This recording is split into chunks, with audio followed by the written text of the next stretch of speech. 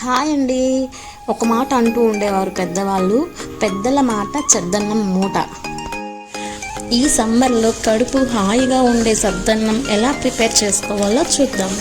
ముందుగా ఒక మట్టి పాత్రలోకి మెత్తగా వండుకున్నటువంటి అన్నాన్ని తీసుకొని అందులోకి కొంచెం గోరువెచ్చని నీళ్ళని తీసుకోవాలి. అందులోకి ఒక కప్పు కాచి చల్లార్చిన గోరువెచ్చని పాలను తీసుకోవాలండి. ఇక్కడ చూపించిన విధంగా పలుచగానే ఉండాలండి. ఇందులోకి ఒక టీ స్పూన్ వరకు పెరుగును వేసుకొని బాగా కలుపుకోవాలి. మనం అలా నీళ్ళు పోసి తోడు పెట్టడం వలన గట్టిగా తోడుకోదండి పెరుగు. ఇంకా అందులో పెద్దగా కట్ చేసిన ఉల్లిపాయ ముక్కల్ని 2 పచ్చిమిర్చి వేసి ఒక రాత్రంతా మూత పెట్టేసి వదిలేయండి. చూడండి, మరుసటి రోజున ఉదయాన్నే మజ్జిగ తోడుకుందండి. మామూలుగా పాలు పోసి తోడు పెట్టేటువంటి అన్నంలో మంచి బ్యాక్టీరియా ఉన్నప్పటికీ అది ఆ ఫలంగా తింటే వేడి చేస్తుంది.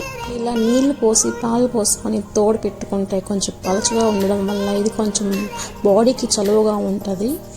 తరువాత రుచి కోసం సాల్ట్ని యాడ్ చేసుకొని బాగా కలుపుకోండి. సో ఈ సమ్మర్లో ఎక్కువగా పిల్లలకి మనకి వేడి చేస్తూ ఉంటుంది కదా, అలాంటప్పుడు తప్పకుండా ఈ రెసిపీని ట్రై చేయండి మీరు కూడా. Thank you for watching.